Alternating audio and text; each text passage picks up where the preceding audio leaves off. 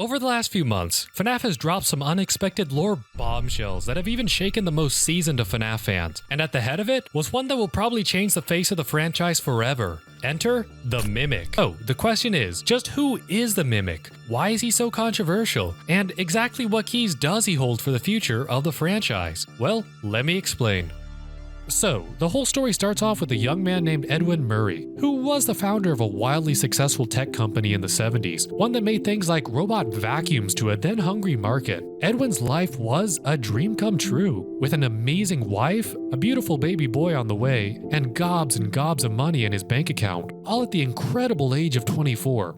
However, his dream was about to shift into a nightmare as his wife tragically bled to death during childbirth and his tech company crashed and burned, with his company having to go into bankruptcy and being bought out by a notoriously predatory and immoral company that was rising at the time, Fazbear Entertainment, with the now desperate Edwin being tasked with building, programming, and repairing the animatronics for the now expanding Freddy's franchise. And yes, I know, this is an Adam, Eve, and Steve type situation where the only real reason for Edwin's existence in this franchise is because the following story just wouldn't make sense with William or Henry, but whatever. Anyways, this whole ordeal leaves a now overworked and technically homeless Edwin to live in one of his old abandoned factories off a bustling highway, and to try and care for his adorable young son, David, without even enough money to hire a babysitter. So, this predicament gives Edwin a grand idea. What if he can just make his son not only a babysitter, but a friend? So, he gets to work, quickly building the upper half of an endoskeleton torso out of spare parts and trash laying around the factory. And with the power of modern FNAF's incredibly weak and half-hearted writing, he completes this incredible android that would even make Toyota blush, and programs it with an incredible neural network-style AI coded in Pascal and C, all in just a few weeks, with Edwin naming the program Mimic 1, and the robot the Mimic. And while initially shy, David really starts to hit it off with the Mimic. At their first introduction to each other, David was startled by the Mimic's activation, and pulls his head back and squeezes his favorite toy, a white tiger plushie. The Mimic then, mimics David, clutching onto an imaginary tiger plushie of his own. David then curiously reaches out and touches the robot's chest, and the Mimic learns and does the same with David. And the next 2 weeks are some of the best for Edwin ever since his wife had died. Young David teaches the robot how to play patty cake with him, how to color with crayons, and even to play catch with David's favorite red rubber ball. Even if the Mimic wasn't very good at it, the Mimic sits at the dinner table and watches David eat spaghetti, and the Mimic tries to eat some himself, despite not having a throat to swallow with. This whole silly situation causes Edwin to laugh, which the Mimic sees and follows suit and tries his best to laugh with him. Soon the Mimic and David had even developed their own sort of sign language between each other, since Edwin just didn't have the parts to give the Mimic the ability to speak. The sign language between David and the Mimic is simple, with David and the Mimic miming out using an ice cream scooper for whenever David wanted ice cream, and other enduring little signs between each other. And to Edwin, this was a beautiful sight. It was just like two little kids learning from each other. However, one day, while getting breakfast, Edwin calls out David's name, but he does not answer. So Edwin, in a panic, rushes out to the tiny courtyard between the factory he lives in and the bustling highway in front of it. And as soon as he burst through those doors, time blurred into an eternity. He saw his precious son chasing after his favorite red ball as it bounced off course into the middle of the bustling highway. And what he saw next would haunt poor Edwin for the rest of his life, as he now found himself holding the battered and mangled body of David in the middle of the road. The next 2 weeks were a hell for Edwin, so traumatized by the event that he couldn't even retain what was happening to him. All he knew was a story that his now unshaven and saggy face told him in the mirror, and all that it told him was that he had just had to live through burying his only son. And as Edwin continued to slave over his job maintaining the Fazbear Entertainment animatronics, the Mimic slowly crawled onto his workbench, still clutching his imaginary white tiger plushie, and did the sign language that David taught him for ice cream. And in that very moment, Edwin just snapped. He lunged for a metal rod, and, howling like a deranged wild animal, Edwin battered the mimic over and over with the metal rod. Metal sparked against metal. The reverberation of each blow bounced up Edwin's arm, sending jabs of pain into his overworked shoulder. But Edwin didn't care. In that very moment, he only cared about destroying the mimic, pulverizing the only thing that Edwin could attack in an effort to annihilate his own pain. He could almost feel his murderous thoughts pouring through his muscles and transfusing through the metal into the mimic's systems. And when Edwin's strength finally left him, his anger faded to tears as he now stopped and stared at the now battered and mangled body of his son's only friend. But the story still doesn't end there, because the book then rather abruptly cuts to a few months later, where the now abandoned factory that Edwin used to live in has been claimed by Fazbear Entertainment, and the 3-person cleanup crew that the company sent finally arrives, named Harry, Dominic, and Glenn. And after the cleanup crew inspects the building and smells something rotten, they conveniently find a tape recorder with some brief memos from the previous cleanup crew Fazbear sent. And thus, through the power of modern FNAF's most genius new invention, the Holy Remnant Tweezers, we find out that the old cleanup crew reached over and used them to pull another plot point out of their ass, and accidentally got confused and decided that instead of cleaning out the building, that they should actually go in and finish every unfinished Edwin project inside of it. Whoops, I guess. So they naturally decide to somehow repair the mimic endo right there on the spot and have the phenomenal idea of giving it legs. And rather predictable, the tape recording ends right there. And after listening to that, then Dominic meets up back with Harry and Glenn, and they finally find the sources of the rotting odor that they've been smelling throughout the building. And then we are taken to one of the most shocking and graphic sequences FNAF has ever done. Dominic opens a fridge in the makeshift kitchen and finds the crushed and mutilated body of a man. Whoever it was had been garroted so violently that he was nearly decapitated, with his limbs snapped and crumpled so that his entire body could fit inside the fridge. Then Glenn and Dominic turned on the light in a closet they had opened earlier and find not clothes hanging, but the corpse of a rotting man. He had been speared through the chest from left to right, like a side of beef dangling on a meat hook. He was bisected at the waist, and what appeared to be wrinkles in his jeans were just his rotten entrails hanging out. And before the crew even had a chance to gasp, Harry was dead. The mimic lunged out from the shadows and crushed Harry's head in its claw. The mimic then proceeded to slowly scoop out the pulpy brains from Harry's head, as if it was a bear pulling honey from a beehive. Harry's lifeless torso collapsed, and his body tumbled forward with a pathetic whump. Glenn and Dominic ran for their lives and hid, but it was to no avail, as the mimic appeared again, grabbing hold of Glenn and pulverizing his head and chest in against the wall. And after Glenn was reduced to nothing but shredded tissue and mangled bone, the mimic dropped his corpse and continued the hunt. Dominic tried to run, but the mimic quickly caught up to him. Dominic screamed as he was lifted up, and the endoskeleton then proceeded to drive its claw through his stomach, skewering his torso and grabbing his trachea from the inside of his own body. And in his final moments, Dominic let out one last, pathetic scream before his heart literally burst due to the pressure, and the mimic ripped his trachea down through his torso and eviscerated him. And then the story ends. Holy fucking shit. And the thing is, the mimic was only doing what it had learned from David. But with the one thing that he was taught by Edwin: violence.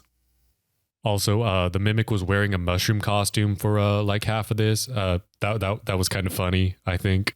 But it still doesn't end there, because in the epilogues of the Tale series, it's revealed that Fazbear Entertainment... Oh boy, this is where it gets stupid again.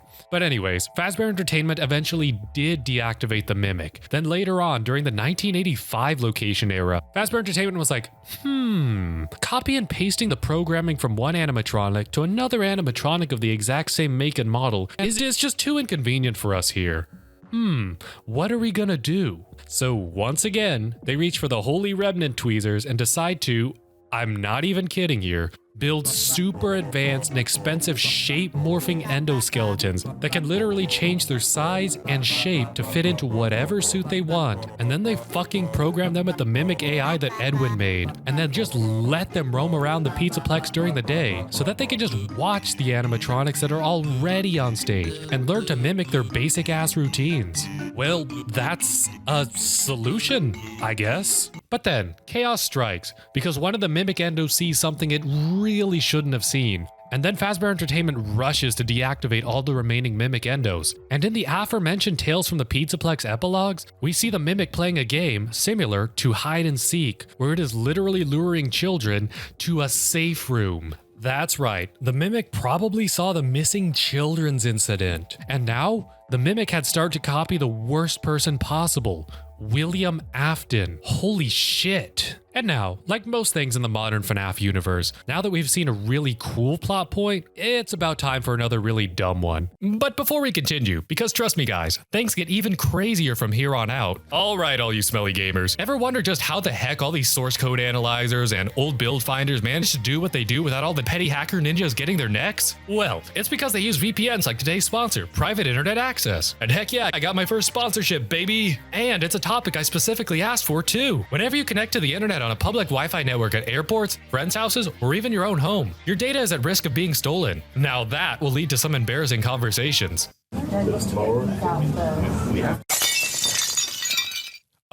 Hey guys, I know you looked at the router and the rumors are true. I'm a FNAF tuber, Mom.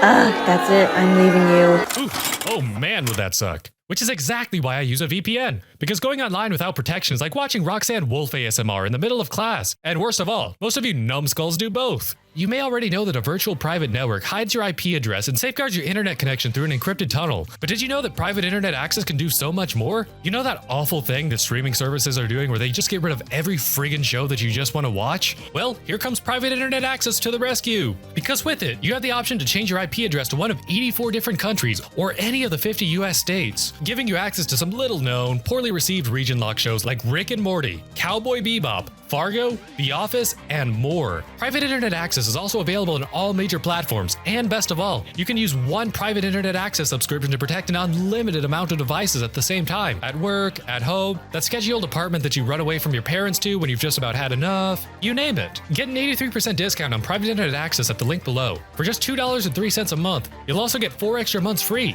And as you can probably tell by the visual quality of this channel, even with my amazing team donating so much of their time to a passion project like this channel is still a huge investment for someone like me. So make sure to keep this channel alive by clicking the link down below and get the no-brainer benefits of a VPN as well. Anyways, back to the mimic. So basically, after it saw the missing children's incident, this one particular mimic then apparently goes through a furry era for way too much of its life, or maybe that never happens, I don't know. And then ends up scrapped and retired for 20-something years after that. And then later, one of these mimic endoskeletons is conveniently found by a Pizzaplex construction crew in the burnt-down FNAF 6 location, and is conveniently brought back to life by a low-level worker in like 20 seconds. The mimic is then given the command to help out with the cleanup by having the worker who brought him back to life telling him to, quote, snap off all the endoskeleton heads and limbs and throw them into a pile.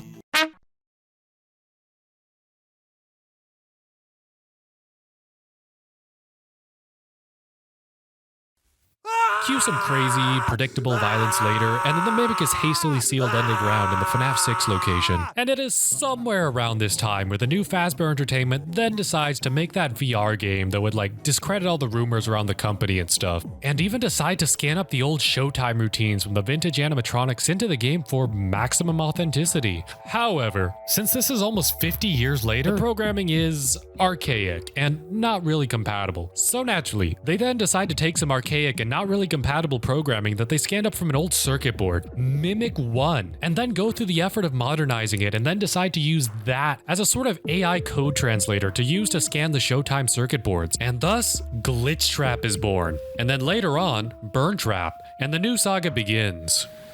Okay, well, we'll get into that mess in a bit. Trust me. But anyways, yeah, that's how we got to the point that we did in Security Breach. And I know, this was an amazing base idea, obscured by comically lazy writing at like every other turn. But hey, the Fnaf community is exceptional at ignoring context and just beating the narrative until it fits the popular groupthink. So I think Scott and co know that all this questionable writing will be forcibly erased from public memory anyways. And now, before I get to what I think most others love about this story, I really think I need to discuss the more controversial part of this whole thing, which is, was the Mimic planned all along, or was it just retconned into the story recently? Well, what I'm about to say here will probably cause my viewer retention rate to plummet, but trust me, I will bring it all back at the end. So if you plan to click off this video, please just click off after I finish my point here, or this little blue dot in the corner disappears. But anyways, here we go.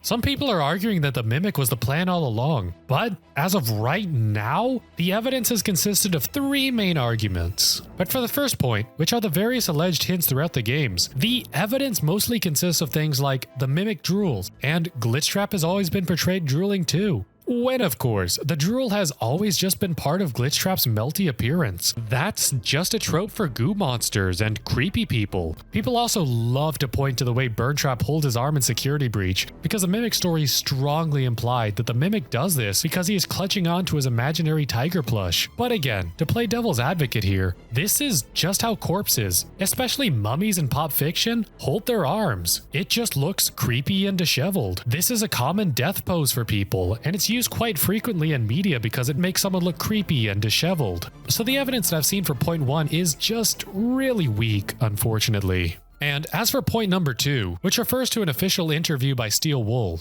people like to point out this picture in the Security Breach basement, and the fact that in the aforementioned interview, some of the Steel Wool leads stated that the basements in Security Breach are under-scrutinized. But all this picture shows us is that Glitchtrap is influencing the endos, and this isn't even a Mimic. Most likely, that poster is there as a lore hint to the player on why the animatronics, or in the case of this very level, the endos, are hostile. As up until that point in the game, that plot point went completely unexplained, even though nobody cared. While this poster also simultaneously foreshadows the Burntrap ending, I think most likely what the Steel Wool higher-ups were referring to in that interview was the other, much more lore-dense picture in the basements, or simply the fact that no one in the community really wanted to question why the Pizzaplex had a secret endo basement in the first place. And since one of the major tales from the Pizzaplex stories puts special emphasis on that last detail, I'm inclined to think that that's the answer. And this list just goes on and on.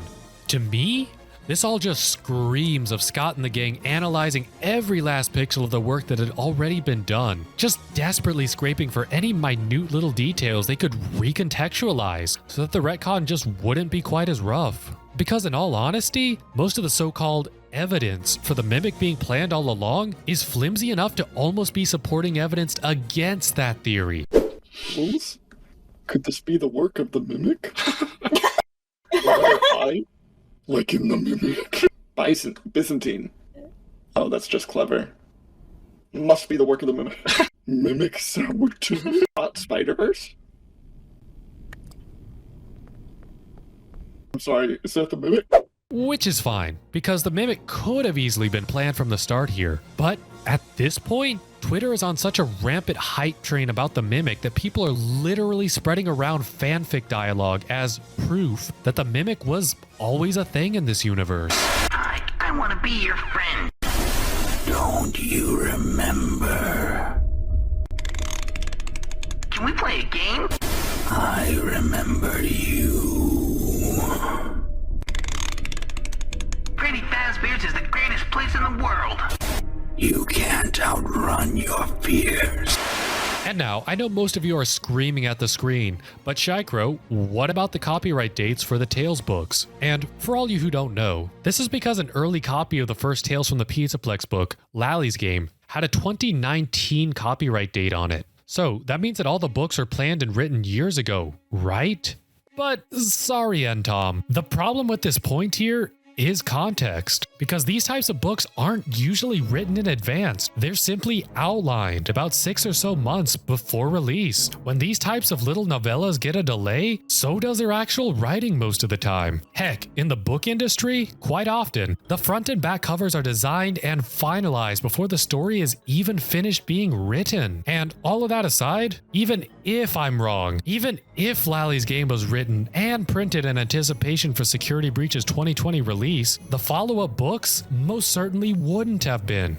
And with this, you have to add in the fact that Security Breach was massively overhauled just 6 months before release. And the fact that some of the major tale stories were undoubtedly rewritten and massively reordered just months before their release, this tells me that, yes, things have changed a lot since the initial planning for these books. So really, there is nothing here to say that the Mimic wasn't just spliced into these books last minute.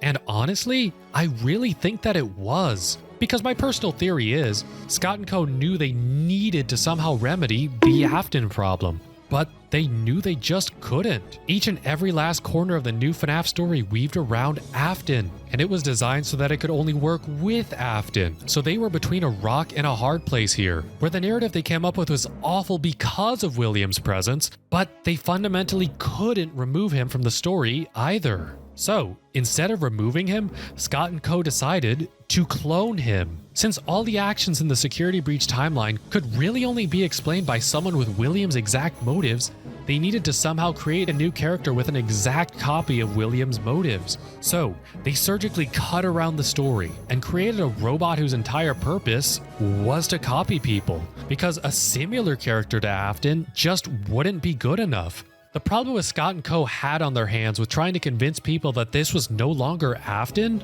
was just as difficult of a proposition as having Disney try to find out a way to convince people that the Darth Vader that we see in the original Star Wars trilogy wasn't the same Darth Vader that we see in the prequels. Original trilogy Vader looks like prequel Vader, acts like prequel Vader, and it follows all of Vader's character development and straight up continues his arcs from the prequel trilogy. If this isn't the same Darth Vader from the prequels, then the original Star Wars trilogy simply falls apart. The only feasible way to explain this would be to pull something out of your ass and say that original trilogy Vader is a clone with his memories, or just a robot copy. And since Afton already existed as a digital being and help wanted, the robot angle was really the only way Scott & Co. could go. The Mimic! And I'm gonna be honest here, solving the problem here with the Mimic was pretty friggin' brilliant, even if it was very forced and honestly pretty poorly done, all things considered. But all in all, I am really glad to see that, even after the living hell that Scott has had to go through, making 11 games, around 24 books, raising 5 kids, and managing a multi-million-dollar franchise all by himself in just 8 years, Scott, though fatigued, still has some of that creative mastermind left in him. The idea of a one-dimensional cartoon villain being reshaped as a childlike AI, born to be a friend to a child born of tragedy, but then accidentally getting him killed and then being brutally beaten to death by the man who loved it most. All this AI was programmed to do was mimic, to duplicate the love and affection that it was taught. But instead, it was taught violence and agony, with it tragically learning from the worst person possible, William Afton. The idea that even all these decades later, Burntrap is still this childlike AI, that this supposed monster is still just clinging to his imaginary tiger plushie as he limps along, probably still sad and scared from his newfound gift of sentience, but still forced to carry out the hell that it has deemed that it has to do. And again, I cannot stress enough on how much this story is forced and poorly executed if you actually take the time to read the books and look at the details. But the point here is, though deeply buried, Fnaf's magic may not have fully run out just yet. Is what I would say if I made this video 3 months ago. But nah, nowadays, we got Security Breach ruined. Because to my shock and awe, the reception to Security Breach's story must have been so bad that Scott & Co. seemed to have taken the extra mile and just torn the whole thing down. Because Security Breach Ruined takes us to a near future where a girl named Cassie enters the Pizzaplex aided by a magical AR mask that can seemingly alter reality, probably by using the power of dreams. And boy, does she learn a lot. You know the Vanny ending? Gone. Never happened. The fire escape ending? Gone too. You know, the alley ending and even the supposedly canon burn trap ending? Gone. Reduced to atoms. Because these endings seem to have all been retconned, to have just been made up in universe. And hell, even the Princess Quest ending seems to be just Cassidy's own VR trauma disassociation. I cannot make this up. And once set up as a grand reveal for the new era of FNAF, now Burn Trap, as far as this DLC is concerned, no longer exists. Remember when I said that the Mimic was hastily sealed underground when the Pizzaplex was being built earlier in the vid? Well, it looks like it could easily be that he was never let out. And that's why we see him in all his unmodified, never burn trapped glory at the end of Security Breach Ruin. And that's exactly what I'm going to be talking about in part 2 of this vid. So please subscribe if you want to see it. And make sure to share this video with anyone who you think would like to see it as well. Because as you can probably tell, this video was an enormous undertaking, even with enormous amounts of help from my incredible team. No, scratch that. My incredible friends. And this type of content really isn't sustainable at my current size. So again, please subscribe if you want to see this channel actually continue in the future. And best of all, I'm doing a big model release right now. That's right. To celebrate the launch of my Patreon, I'll be releasing these insane Mimic models to celebrate supporter milestones. Want to have the Futuro Mimic, the Proto Mimic, and the insane Patreon exclusive Agony Mimic or Industrial Mimic models available to all for free and ported to all major platforms? Well, I got your back. So please check out the card on screen and the Patreon link down below to find out more. But hell. Everyone already clicked off way back when I pointed out the evidence for the Mimic being a retcon. So anyways, this is Shy Crow, signing off.